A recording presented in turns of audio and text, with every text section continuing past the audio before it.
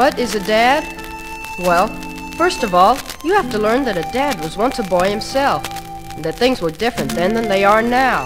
The best way to get him started to tell him about when he was a boy is to ask for more allowance. He'll tell you what all he did when he was a boy just to earn 25 cents a week. A dad likes to stretch out on a sofa for a few minutes every once in a while. He's always surprised when Mom wakes him up an hour later and tells him what time it is. Most dads work for someone called the boss. You'll hear some pretty funny stories about the boss at the dinner table. Bosses are never as smart as dads, but kids envy bosses because they have more time with dads than kids do. Dads are either happy or grouchy at breakfast. Sometimes they hide behind papers and won't talk to the family.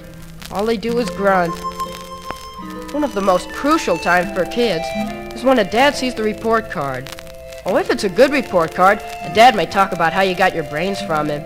If it isn't, though, watch out, because a dad sometimes takes away privileges, or maybe even stops the allowance until the report card's better.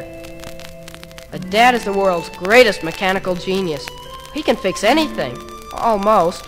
Sometimes they won't work the same way again, but a dad's never afraid to try to fix something. A dad who played football when he was a kid has got to be watched very carefully, because he'll probably teach you how to play, and then tackle you so hard, he'll jar your teeth loose. A dad can't run too well, so always remember, it's a good idea to let him win once in a while. Otherwise, he'll get tired of playing. Sometimes it pays to be careful about letting a dad help you with something, like putting a model airplane together, or playing with the electric trains.